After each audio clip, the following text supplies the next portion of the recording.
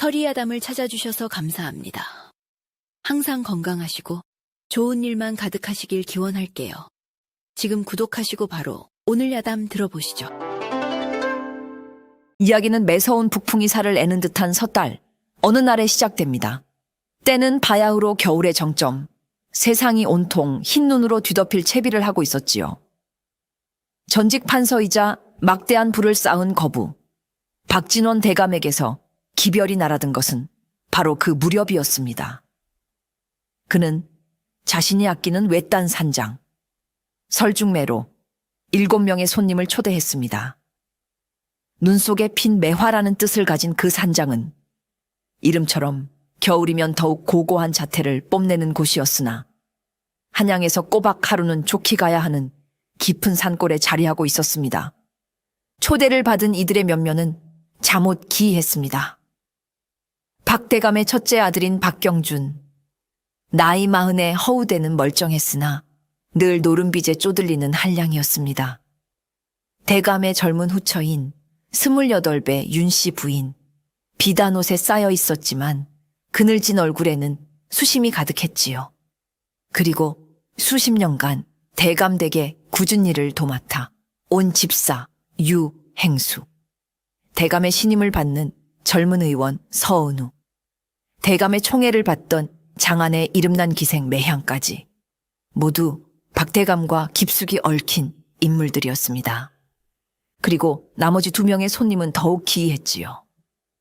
한 명은 나그네라 불릴 뿐 신원을 밝히지 않은 과묵한 사내였고, 다른 한 명은 그 누구와도 말을 섞지 않고 그림자처럼 조용한 사내 흑영이었습니다. 그렇게 7명의 손님들이 하나둘 산장에 도착하자 마치 하늘이 때를 기다렸다는 듯 굵은 한방눈이 쏟아지기 시작했습니다. 눈송이는 처음에는 솜털처럼 흩날리더니 이내 주먹만한 크기로 변해 맹렬하게 대지를 뒤덮었습니다. 하룻밤 사이에 눈은 사람의 허리춤까지 쌓였고 산장으로 통하는 유일한 길목인 낡은 나무다리마저 쌓인 눈의 무게를 이기지 못하고 굉음과 함께 무너져 내리고 말았습니다. 이제 설중매는 완벽히 고립되었습니다. 아무도 이곳을 떠날 수도 그 누구도 이곳으로 들어올 수도 없는 눈으로 만들어진 거대한 감옥이 된 것입니다. 손님들은 창밖의 눈보라를 보며 불안한 기색을 감추지 못했지만 박대감만은 만족스러운 미소를 지으며 이 모든 상황을 즐기는 듯 보였습니다. 마치 이 모든 것이 그의 계획의 일부라도 되는 것처럼 말이지요. 그날 저녁 산장대청에서는 성대한 만찬이 벌어졌습니다. 화로에서는 붉은 숯불이 타올랐고 상다리가 휘어지도록 차려진 음식에서는 김이 모락모락 피어났습니다. 하지만 화기애애한 분위기와는 달리 식탁에 둘러앉은 이들 사이에는 차갑고 팽팽한 긴장감이 흘렀습니다. 모두의 시선은 상석에 앉은 박진원 대감에게 쏠려 있었습니다. 칠순의 나이에도 불구하고 그의 눈빛은 여전히 형형했고 얼굴에 깊게 팬 주름에는 평생에 걸쳐 쌓아 올린 탐욕과 냉혹함이 서려 있었지요. 그는 만족스러운 표정으로 술잔을 비운 뒤 마침내 무거운 입을 열었습니다. 모두들 이 늙은이의 부름에 험한 눈길을 마다 않고 와주어 고맙소. 그의 목소리는 낮고 갈라졌지만 그 안에는 좌중을 압도하는 힘이 실려 있었습니다. 내가 오늘 여러분을 이 깊은 산골까지 부른 데에는 연유가 있소. 내게 남은 날이 그리 많지 않다는 것을 직감했기 때문이지. 그래서 내 평생을 바쳐 이룬 모든 것을 어찌할 것인지 그 마지막 뜻을 정하고자 하오. 박대감은 옆에 시립해 있던 유행수에게 눈짓했습니다. 유행수는 조심스럽게 오동나무 함을 가져와 대감 앞에 내려놓았습니다.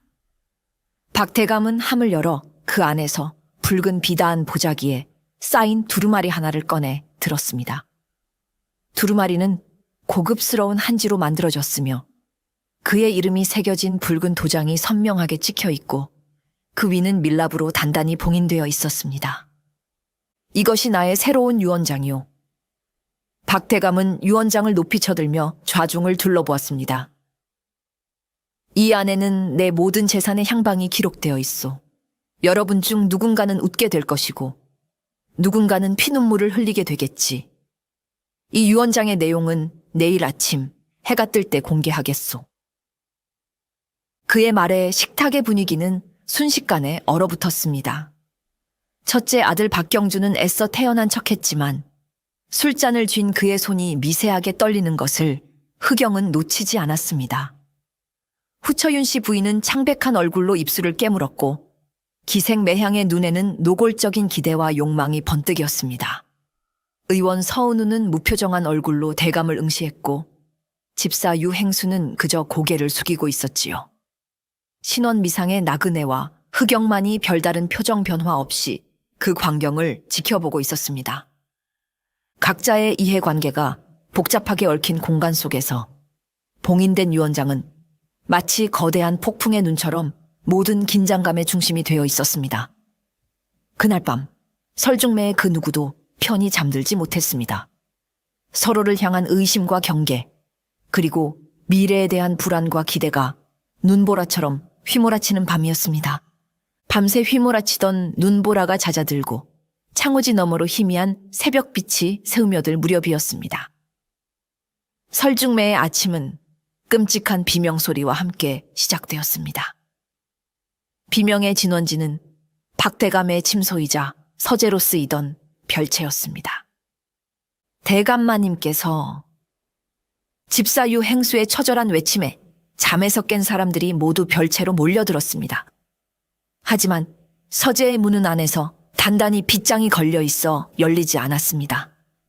몇몇 장정들이 힘을 합쳐 문을 부수고 안으로 들어섰을 때 그들 앞에는 끔찍한 광경이 펼쳐졌습니다. 박진원 대감이 자신의 책상 앞에 쓰러져 싸늘한 주검이 되어 있었던 것입니다. 그의 얼굴은 고통스럽게 일그러져 있었고 입가에는 검붉은 피와 함께 거품을 문 흔적이 남아 있었습니다. 책상 위에는 그가 마시던 것으로 보이는 찻잔이 놓여 있었는데 찻잔 안에는 아직 마시지 않은 찬물이 반쯤 남아 있었습니다. 방 안은 완벽한 밀실이었습니다. 문은 안에서 빗장이 걸려 있었고 창문 역시 모두 안에서 닫혀 있었습니다. 외부에서 침입한 흔적은 어디에도 찾아볼 수 없었지요. 마치 박대감이 스스로 문을 걸어 잠그고 죽음을 맞이한 것처럼 보였습니다. 사람들은 경악과 공포에 휩싸여 어쩔 줄 몰라 했습니다. 그때 첫째 아들 박경준이 무언가 생각난 듯 다급하게 외쳤습니다. 유언장, 아버지의 유언장은 어디 있느냐? 그의 말에 사람들의 시선이 일제히 책상 위로 향했습니다.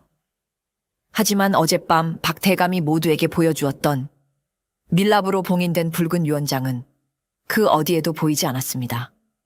감쪽같이 사라져버린 것입니다. 유언장이 없어졌다. 그렇다면 이것은 자결이 아니라 타살이다. 범인은 우리 중에 있다. 유언장을 훔치기 위해 대감마님을 살해한 것이다.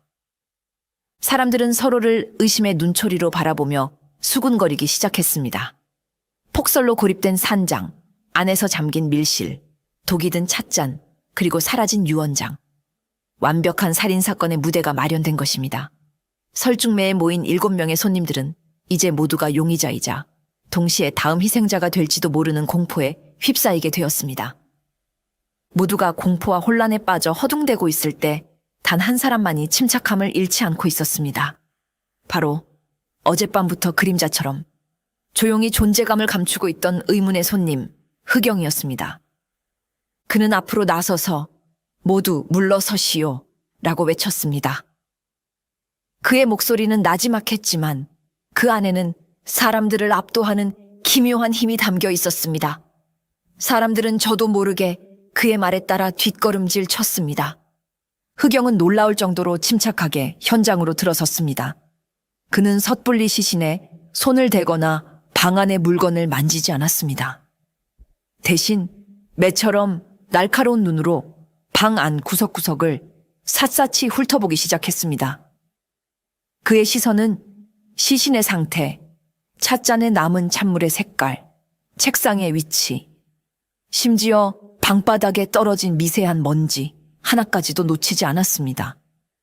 그는 먼저 박대감의 시신을 살폈습니다. 시신의 입가와 손톱 끝이 검게 변해 있는 것을 보고는 독살이 확실하군이라고 나지막이 중얼거렸습니다. 그리고는 독이 든 찻잔으로 다가가 찻잔에 코를 가까이 대고 냄새를 맡았습니다. 이것은 단순한 독초가 아니야. 여러 가지 약재를 섞어 만든 교묘한 독이로군.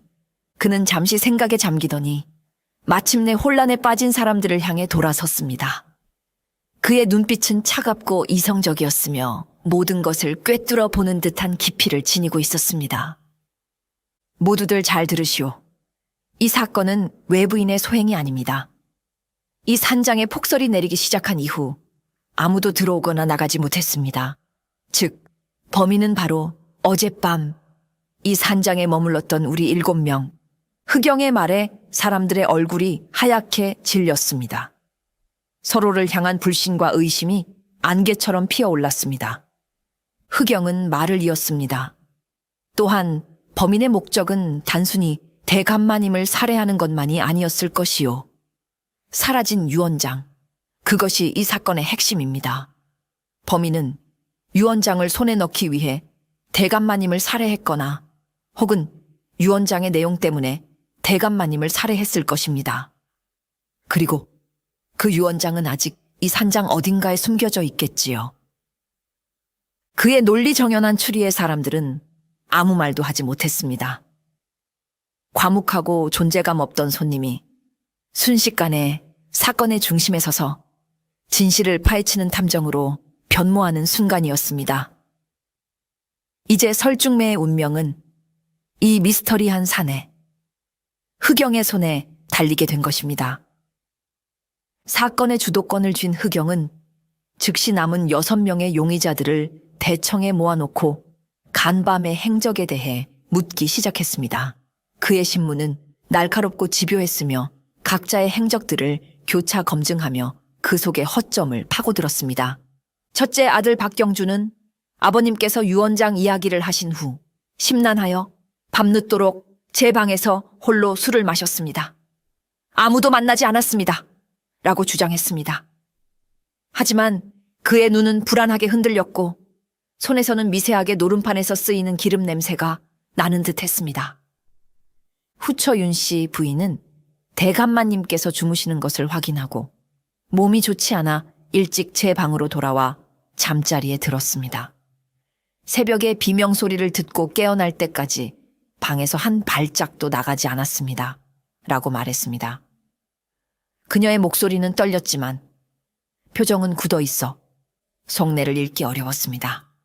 의원 서은우는 대감마님의 건강에 염려되어 밤늦게 대감마님의 처방에 쓸 약재를 손질하고 있었습니다. 라고 명확하게 행적을 댔습니다. 그의 태도는 침착하고 논리적이었지만 오히려 그 점이 더 의심스러워 보이기도 했습니다. 기생매향은 대감마님께서 돌아가시기 직전까지 저와 함께 계셨습니다. 저와 술을 드시다가 갑자기 피를 토하고 쓰러지셨어요. 너무 무서워서 저는 그저 비명을 지르며 도망쳤을 뿐입니다. 라며 눈물을 쏟아냈습니다. 하지만 그녀의 증언은 밀실이라는 현장 상황과는 맞지 않았습니다. 집사유 행수는 저는 밤새 대청 화로의 불을 지키고 뒷정리를 하느라 자리를 비울 틈이 없었습니다. 그의 말을 증명해 줄 사람은 없었지만 그럴듯해 보였습니다. 하지만 흑영은 그의 지친 얼굴 뒤에 숨겨진 깊은 불안감을 놓치지 않았습니다. 마지막으로 신원을 알 수 없는 나그네는 나는 그저 손님일 뿐이요. 방에서 조용히 책을 읽다가 잠이 들었소. 라고 짧게 대답할 뿐이었습니다. 모두가 그럴듯한 행적을 내세웠지만 그들의 증언은 서로 미묘하게 엇갈렸습니다. 누군가는 시간을 속이고 있었고 누군가는 동선을 거짓으로 말하고 있었습니다.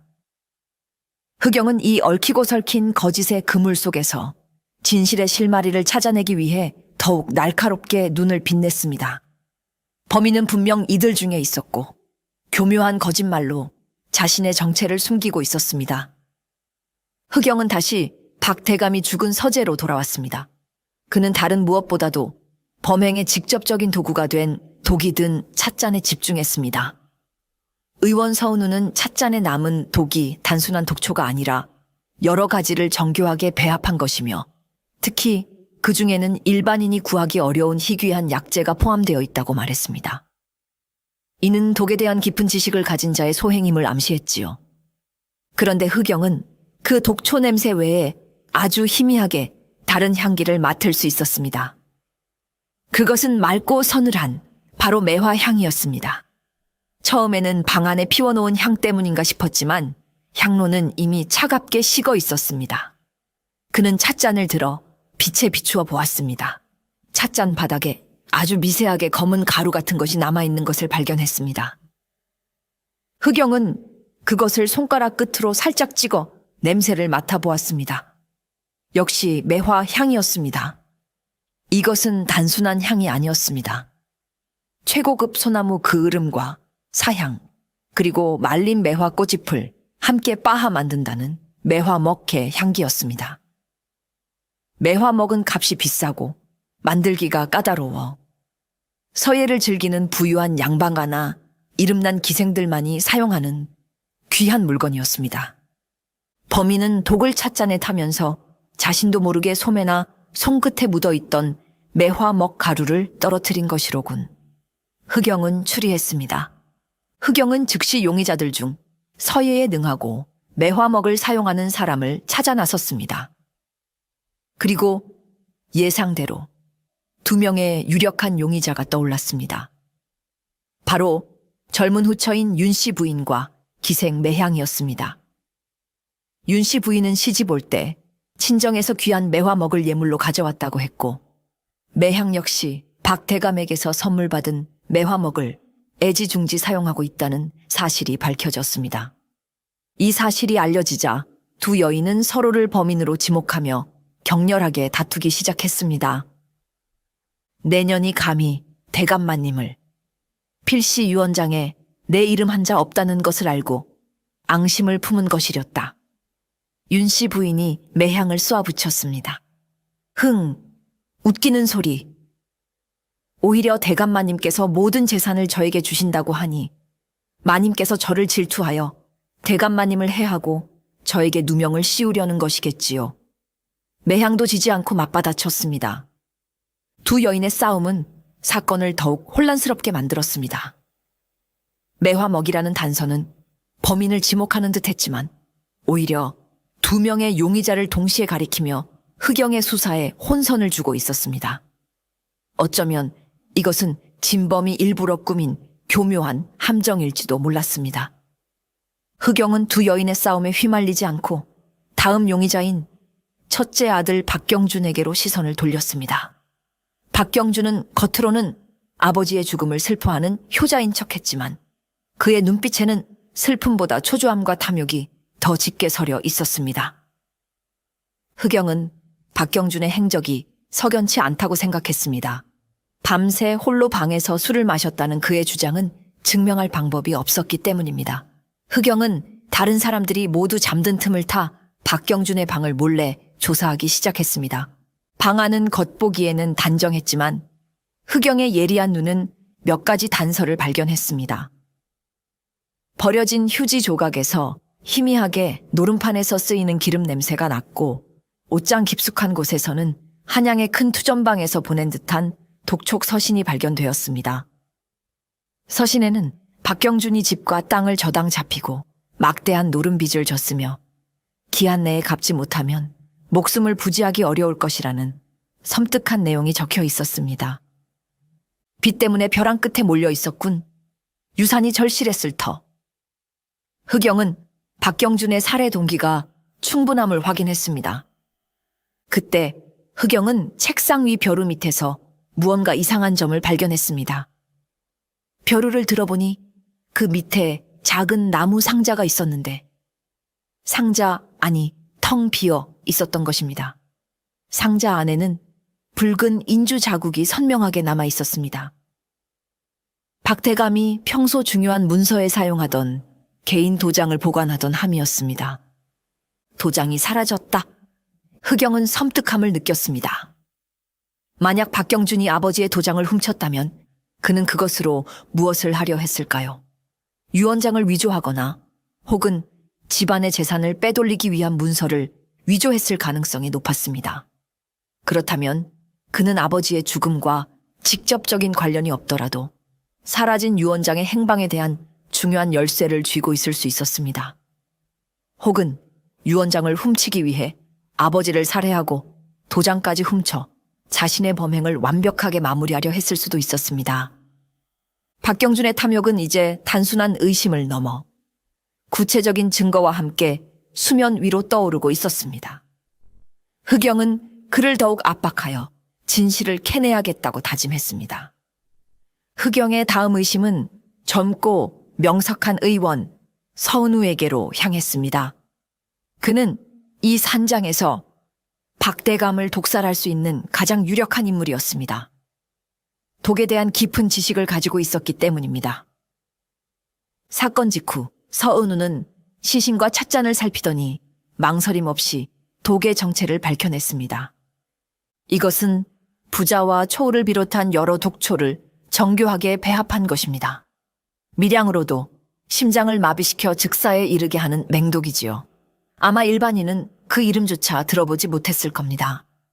그의 말은 의원으로서 당연한 소견처럼 들렸지만 흑영은 오히려 그 점을 의심했습니다. 너무나도 신속하고 정확한 진단. 마치 그 독을 직접 다루어 본 사람처럼 보였기 때문입니다. 서은우의 가문은 본래 대대로 어이를 배출한 명망 높은 의원 집안이었으나 그의 할아버지 대에 억울한 누명을 쓰고 몰락했습니다.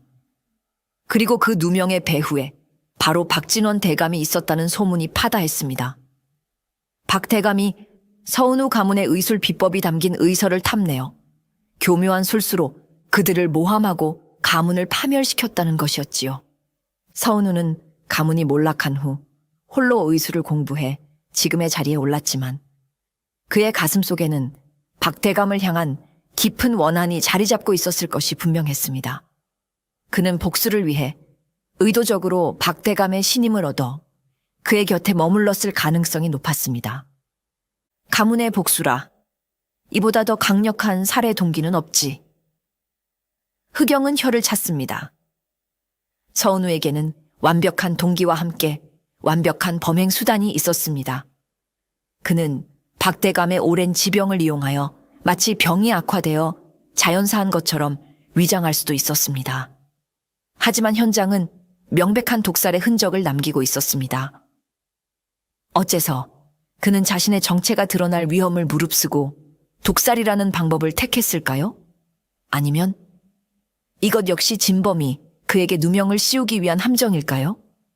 서은우의 침착한 얼굴 뒤에 숨겨진 진실은 무엇일지 흑영은 그의 속내를 파헤치기 위해 새로운 접근법을 고민해야 했습니다.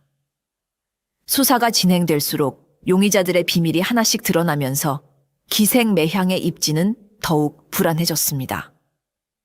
그녀는 처음부터 자신이 유산의 유력한 상속인인 것처럼 행동하며 다른 가족들의 의심을 샀기 때문입니다.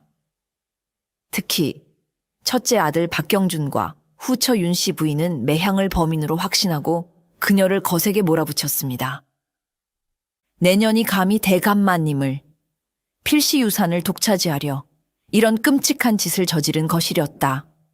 궁지에 몰린 매향은 비장의 무기를 꺼내 들었습니다. 그녀는 품속에서 작은 비단 주머니를 꺼내더니 그 안에서 고이 접어둔 종이 한 장을 펼쳐 보였습니다. 그것은 박 대감의 친필이 담긴 작은 언약서였습니다. 매향, 너의 소원을 들어주마. 글씨는 분명 박 대감의 것이었고 그의 도장까지 찍혀 있었습니다. 보시오. 이것이 대감마님께서 제게 남기신 밀약의 증표입니다.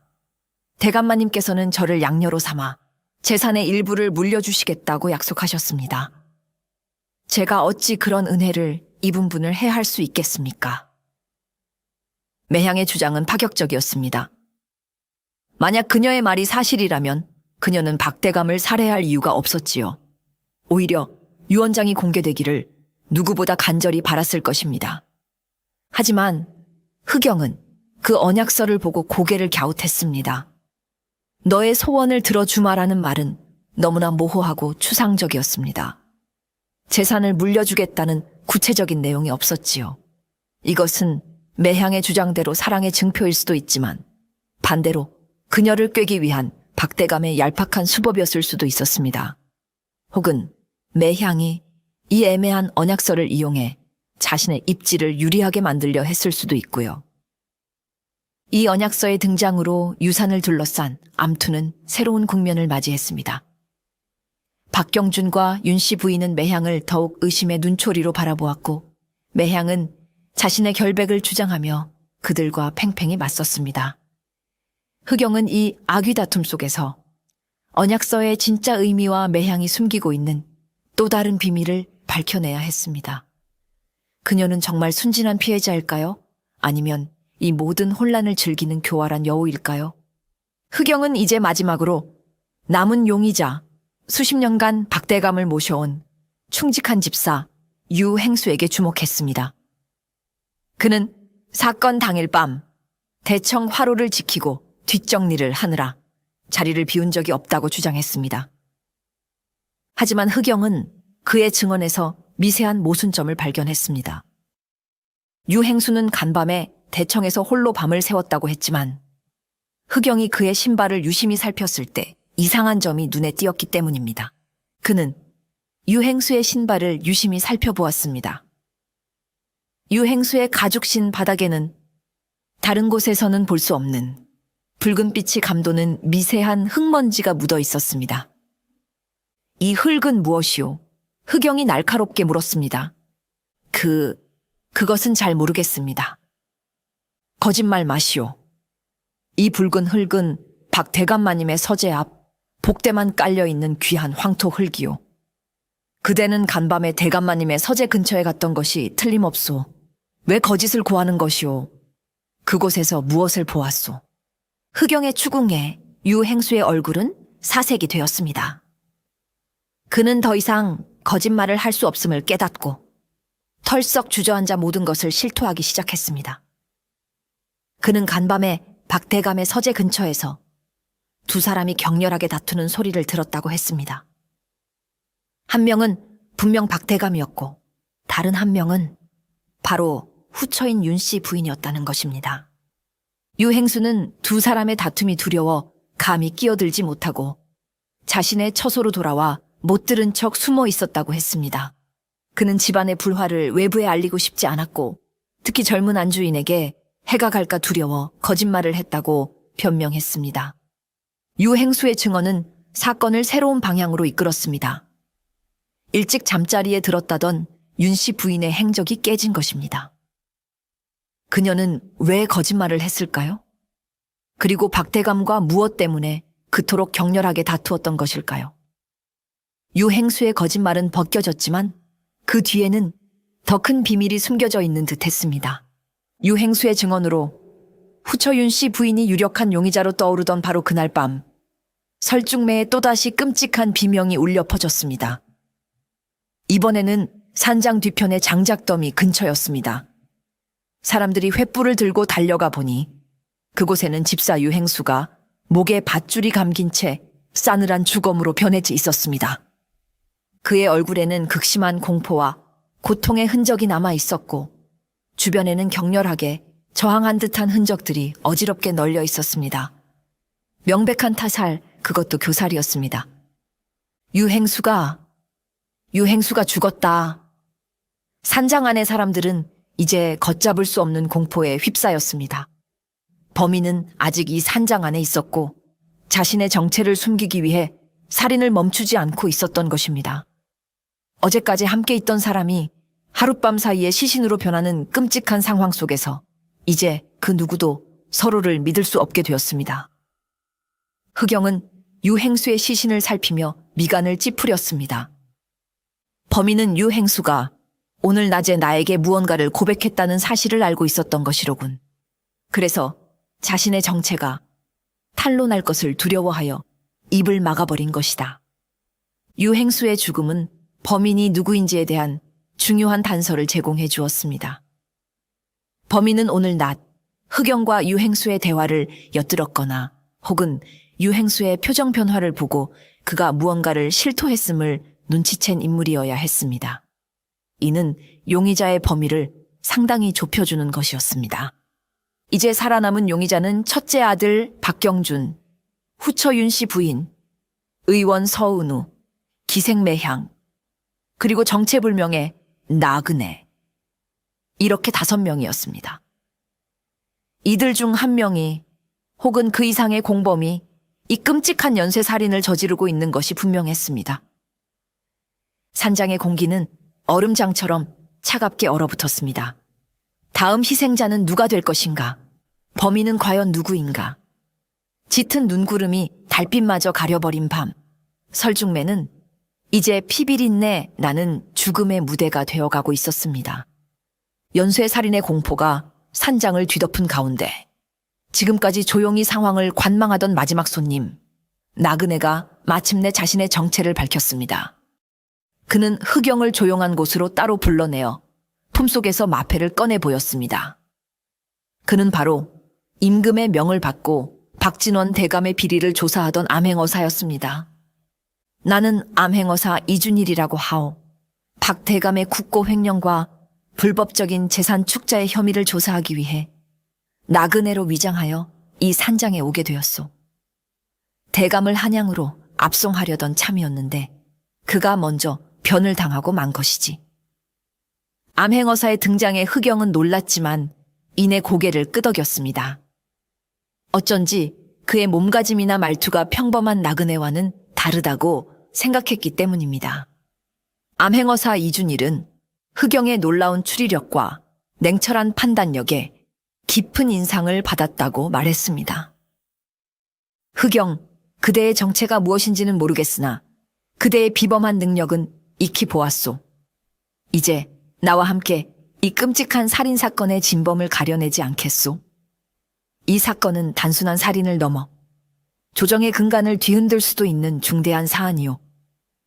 우리는 힘을 합쳐야만 하오. 흑영은 잠시 침묵하더니 이준일의 제안을 받아들였습니다. 혼자서 모든 것을 해결하기에는 사건이 너무나 복잡하고 위험해졌기 때문입니다. 이제 흑영에게는 든든한 조력자가 생긴 셈입니다.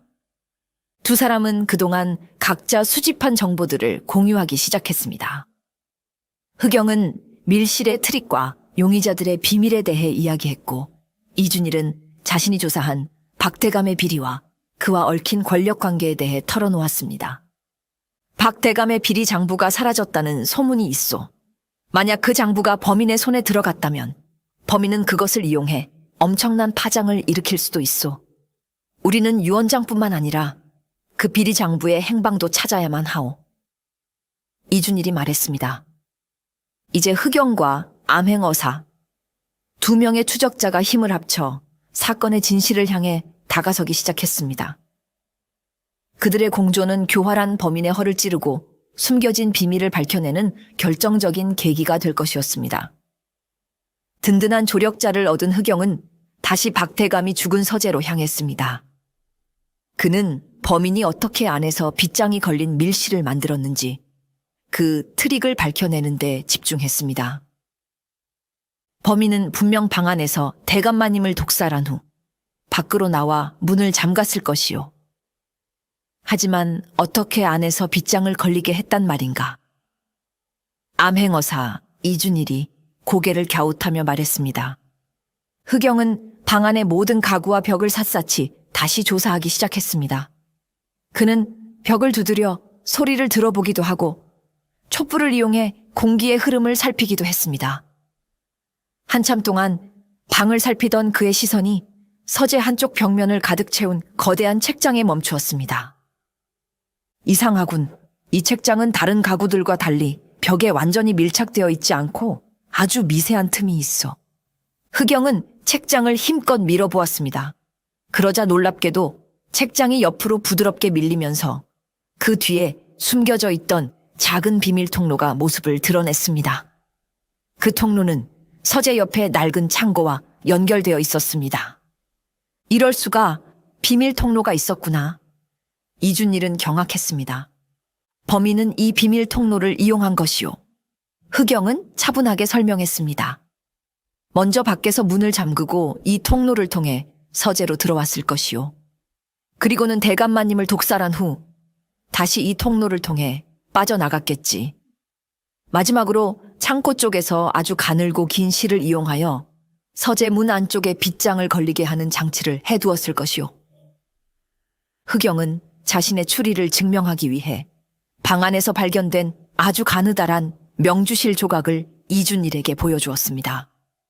범인이 트릭을 사용한 후 미처 수거하지 못한 흔적이었습니다. 밀실의 수수께끼는 마침내 풀렸습니다. 이제 중요한 것은 이 비밀 통로의 존재를 알고 있었던 사람이 누구냐는 것이었습니다. 이 통로는 집안의 구조를 속속들이 알지 못하면 결코 찾아낼 수 없는 것이었습니다. 용의자는 이 집에서 오랫동안 생활했거나 혹은 누군가로부터 이 비밀을 전해 들은 인물로 좁혀졌습니다. 첫째 아들 박경준, 후처윤 씨 부인, 그리고 죽은 집사 유행수. 이 세 사람이 가장 유력한 용의자로 다시 떠올랐습니다. 밀실의 트릭이 풀리자 흑영과 이준일은 이제 사라진 유원장을 찾는 데 집중했습니다. 범인은 유원장을 훔쳐 어딘가에 숨겨두었을 것이 분명했습니다. 박대감은 성격이 교활하고 의심이 많은 자였소. 그가 유원장처럼 중요한 문서를 허술한 곳에 두었을 리가 없소. 이준일이 말했습니다. 흑영은 고개를 끄덕였습니다. 저 역시 그렇게 생각합니다. 그는 오히려 자신의 죽음 이후까지도 사람들을 시험하고 조롱하려 했을 것입니다. 유원장은 아마도 모두의 허를 찌르는 아주 뜻밖의 장소에 있을 것입니다. 흑영은 박대감의 평소 성격과 습관을 되짚어보기 시작했습니다. 그는 유난히 바둑을 좋아했고 자신의 지략을 과시하는 것을 즐겼다고 합니다. 흑영은 서재에 놓인 값비싼 나전칠기 바둑판으로 다가갔습니다. 그는 바둑판 위를 꼼꼼히 살피기 시작했습니다. 바둑판은 겉보기에는 평범했지만 흑영은 바둑알을 놓는 격자문의 중 한 곳이 다른 곳과 미세하게 다른 것을 발견했습니다. 그는 손가락으로 그곳을 힘주어 눌러보았습니다. 그러자 딸깍 하는 소리와 함께 바둑판의 한쪽 면이 열리며 그 안에 숨겨져 있던 작은 비밀 공간이 드러났습니다. 찾았다. 비밀 공간 안에는 붉은 비단에 쌓인 두루마리 하나가 고이 놓여 있었습니다. 틀림없는 박대감의 유언장이었습니다. 하지만 두 사람이 설레는 마음으로 두루마리를 펼쳐보았을 때 그들의 얼굴에는 실망감이 번졌습니다. 그것은 가짜 유언장이었습니다. 그 안에는 재산 상속에 대한 내용은 한 줄도 없이 대신 수수께끼 같은 시 한 수가 적혀 있을 뿐이었습니다. 눈 속에서 홀로 핀 붉은 점 하나. 찬설이 이겨내고 봄을 기다리네. 가장 어두운 곳에서 가장 밝게 빛나니 어리석은 자는 결코 찾지 못하리라. 이게 대체 무슨 소리인가? 이준일은 미간을 찌푸렸습니다. 흑영은 시를 몇 번이고 되뇌며 깊은 생각에 잠겼습니다. 눈 속의 붉은 점, 가장 어두운 곳. 그의 뇌리를 스치는 것이 있었습니다. 바로 산장 뒤뜰에 홀로 서 있는 늙은 매화나무였습니다. 그 나무는 설중매라는 산장의 이름처럼 한겨울에도 붉은 꽃망울을 터뜨리는 것으로 유명했습니다. 흑영과 이준일은 즉시 뒤뜰로 달려갔습니다. 그리고는 눈 덮인 매화나무 밑을 파헤치기 시작했습니다. 한참 동안 땅을 파자 차가운 흙 속에서 작은 항아리 하나가 모습을 드러냈습니다. 항아리 안에는 기름종이로 여러 겹싸인 또 다른 두루마리가 들어 있었습니다. 그것이야말로 박대감의 진짜 유언장이었습니다. 박대감은 죽어서까지도 사람들을 상대로 마지막 수수께끼를 낸 것입니다. 흑영과 이준일은 숨을 죽이고 마침내 발견한 진짜 유언장을 펼쳤습니다. 그 안에는 빽빽하게 글씨가 적혀 있었고 마지막에는 박대감의 도장이 선명하게 찍혀 있었습니다. 하지만 유언장의 내용은 그들의 모든 예상을 완전히 뒤엎는 충격적인 것이었습니다. 유언장은 이렇게 시작되었습니다. 내 평생을 바쳐 모은 이 재산은 피와 눈물, 그리고 배신으로 얼룩진 것이다. 그러니 내 핏줄에게 온전히 물려주는 것은 도리가 아니라 생각한다. 첫째 아들 박경준과 후처 윤씨 부인, 그리고 기생매향은 유산 상속에서 완전히 배제되어 있었습니다. 그들에게는 단 한 푼의 재산도 돌아가지 않았습니다. 대신 유언장의 마지막 부분에는 상상조차 할 수 없었던 내용이 적혀 있었습니다. 따라서 나는 내 모든 재산을 바로 나를 죽인 자에게 상속한다. 이럴 수가. 이준일은 자신의 눈을 의심하며 소리쳤습니다. 나를 죽인 자에게 모든 재산을 상속한다니, 이게 대체 무슨 해괴한 유언이란 말인가. 흑영 역시 놀라움을 금치 못했지만 이내 박대감의 의도를 꿰뚫어 보았습니다. 이것은 대감의 마지막 잔인한 장난이자 함정입니다. 흑영은 차분하게 말했습니다. 대감은 자신의 죽음을 예견하고 있었을지도 모릅니다. 그리고 자신을 죽일 만큼 원한이나 탐욕이 깊은 자가 누구인지 시험하려 했던 것입니다. 이 유언장은 범인을 유혹하는 달콤한 미끼인 동시에 그를 파멸로 이끄는 독약과도 같습니다. 이 유언장의 내용이 알려지는 순간 그동안 유산을 노리고 범행을 저질렀을 것이라 추정되었던 모든 용의자들의 살해 동기가 송두리째 흔들리게 되었습니다. 만약 유언장의 내용을 미리 알고 있었다면 그들은 결코 박 대감을 죽이지 않았을 것입니다. 오히려 어떻게든 그를 살려 유언장을 바꾸도록 회유하려 했겠지요. 사건은 다시 원점으로 돌아갔습니다. 그렇다면 범인은 누구일까요? 유언장의 내용을 몰랐던 자일까요? 아니면 재산이 아닌 다른 목적, 예를 들어 순수한 원한 복수를 위해 살인을 저지른 자일까요? 사라진 유언장의 발견은 사건을 해결하는 열쇠가 아니라 모든 것을 뒤엎는 거대한 반전이었습니다. 흑영과 이준일은 이제 완전히 새로운 관점에서 사건을 재구성해야만 했습니다. 모든 조각이 맞춰졌다고 생각하는 순간 흑영은 살아남은 모든 사람들을 다시 박대감이 죽었던 서재로 불러 모았습니다. 창백한 얼굴에 박경준과 윤씨 부인, 불안한 기색의 매향, 그리고 침착한 표정의 의원 서은우, 마지막으로 그의 곁을 지키는 암행어사 이준일까지. 5사람의 시선이 모두 흑영에게로 향했습니다. 흑영은 방 중앙에 서서 그동안 자신이 수집한 단서와 증거들을 하나씩 탁자 위에 늘어놓기 시작했습니다. 독이 든 찻잔, 매화먹의 흔적, 사라졌던 도장, 가짜 유언장이 담겨있던 바둑판, 그리고 마침내 발견된 진짜 유언장까지. 이제부터 이틀간 설중매에서 벌어진 모든 일들의 진실을 밝히겠소. 흑영의 목소리는 낮고 차분했지만 서재 안의 공기를 무겁게 짓눌렀습니다. 그는 먼저 각자의 거짓말과 비밀을 하나씩 폭로하기 시작했습니다. 박경준이 노름빚 때문에 아버지의 도장을 훔치려 했던 사실, 윤씨 부인이 간밤에 박대감과 격렬하게 다투었다는 유행수의 마지막 증언, 기생매향의 애매한 언약서와 탐욕, 그리고 의원 서은우가 독에 대한 깊은 지식을 가지고 있으며 박대감에게 원한을 품고 있었다는 사실까지. 용의자들은 흑영이 자신의 비밀을 낱낱이 꿰뚫어 보자 얼굴이 하얗게 질려 서로를 비난하고 변명하기에 바빴습니다. 나는 아니요. 저 계집이 분명하오. 제가 아니라 저 의원놈이 수상합니다. 아수라장이 된 서재 안에서 흑영은 마침내 밀실의 트릭과 유언장의 충격적인 내용까지 모두 공개했습니다. 박대감은 자신을 죽인 자에게 모든 재산을 물려주겠다는 유언을 남겼소. 그러니 재산을 노리고 대감을 살해한 자는 아무도 없다는 뜻이오. 범인은 다른 동기를 가지고 있거나 혹은 이 유언장의 내용을 전혀 모르고 있었겠지.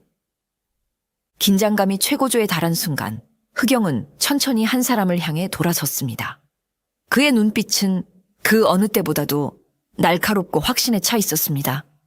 이제 그만 그대의 연극을 끝내시지. 이 모든 비극을 계획하고 실행한 진짜 범인은 바로 흑영의 손가락이 향한 곳은 그 누구도 예상치 못했던 인물, 바로 의원 서은우였습니다. 방 안의 모든 시선이 그에게로 일제히 쏠렸습니다. 아들 박경주는 말도 안 돼. 저자는 아버님을 살리려 애쓰지 않았는가? 라며 소리쳤고 윤 씨 부인과 매향 역시 믿을 수 없다는 표정으로 그를 바라보았습니다. 서은우는 지금까지 가장 침착하고 이성적으로 행동하며 흑영의 추리를 돕기까지 했던 인물이었기 때문입니다. 모두의 시선이 집중된 가운데 서은우는 잠시 굳어있던 표정을 풀고는 이내 체념한 듯 깊고 긴 한숨을 내쉬었습니다. 그리고는 허탈한 웃음을 지으며 입을 열었지요. 그의 목소리는 놀라울 정도로 차분했습니다. 대단하군, 흑영. 과연 그대의 눈은 속일 수가 없었어. 이 늙은 여우의 마지막 연극마저 꿰뚫어 볼 줄이야. 그가 말하는 늙은 여우는 자신이 아니었습니다. 바로 죽은 박진원 대감을 가리키는 것이었지요. 서 의원, 자네가 정녕 아버님을 박경준이 달려들 기세로 윽박질렀지만 암행어사 이준일이 그의 앞을 막아섰습니다. 서은우는 천천히 그리고 담담하게 모든 진실을 고백하기 시작했습니다. 그의 이야기는 모두의 예상을 완전히 빗나가는 충격적인 내용이었습니다. 그대들의 생각처럼 나는 박대감에게 깊은 원한을 품고 있었소. 그는 내 가문을 멸망시킨 원수였지. 나는 복수를 위해 의도적으로 그의 곁에 머물렀고 언젠가 내 손으로 그의 숨통을 끊어놓으리라 다짐했소. 그의 말에 사람들은 역시 원한에 의한 살인이었구나 하고 생각했습니다. 하지만 서은우의 이야기는 거기서 그치지 않았습니다. 하지만 의원으로서 그의 곁에서 수개월간 병세를 살피던 중 나는 알게 되었소. 그가 이미 하늘의 벌을 받고 있다는 것을 말이오. 서은우는 박대감이 극심한 고통을 동반하는 불치병에 걸려 육신이 서서히 썩어 들어가는 시한부 인생을 살고 있었다는 사실을 밝혔습니다. 그 병은 인간의 육신뿐만 아니라 정신마저 좀먹어 결국에는 존엄성마저 앗아가는 끔찍한 병이었소. 평생을 하늘 높은 줄 모르고 오만하게 살아온 그에게는 죽음보다 더한 형벌이었을 게야. 평생을 호령하며 살아온 박대감은 자신이 추하게 병들어 쓰러져가는 모습을 보이는 것을 죽기보다 싫어했다고 합니다. 그는 서은우에게 자신의 병을 다른 이들에게는 비밀로 해줄 것을 간청하며 한 가지 은밀한 제안을 했다고 합니다. 서 의원, 자네가 내 원수의 자식이라는 것을 알고 있다. 박대감은 어느 날 밤 서은우에게 이렇게 말했다고 합니다. 허나 지금 나에게는 자네밖에 없네. 자네의 그 의술로 내가 가장 나답게 생을 마감할 수 있도록 도와주게. 나에게 가장 고통 없는 죽음을 선물해 준다면 내 자네에게 평생 쓰고도 남을 재산을 내리겠네.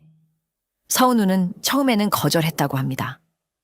원수를 제 손으로 편안하게 보내줄 수는 없는 노릇이었지요. 하지만 죽음의 고통 앞에서 두려웠던 박대감의 나약한 모습을 보며 그의 마음속에서 복수심과 의원으로서의 연민이 복잡하게 뒤섞이기 시작했습니다. 나는 며칠 밤낮을 고민했소. 원수를 내 손으로 단죄할 것인가? 아니면 의원으로서 환자의 마지막 고통을 덜어줄 것인가? 그리고 나는 결국 후자를 택했지. 아니 어쩌면 그것이 가장 완벽한 복수라 생각했는지도 모르오. 서은우는 박대감의 제안을 받아들였습니다. 그리고 이 모든 살인극은 박대감 스스로가 계획한 거대한 자살 연극이었음이 밝혀졌습니다. 자신을 둘러싼 탐욕스러운 가족과 지인들을 마지막까지 시험하고 조롱하기 위한 그의 마지막 잔인한 장난이었던 것입니다. 밀실 트릭, 가짜 유언장, 매화먹 단서 등은 모두 서은우의 조력, 해 박대감이 직접 꾸민 것이었습니다.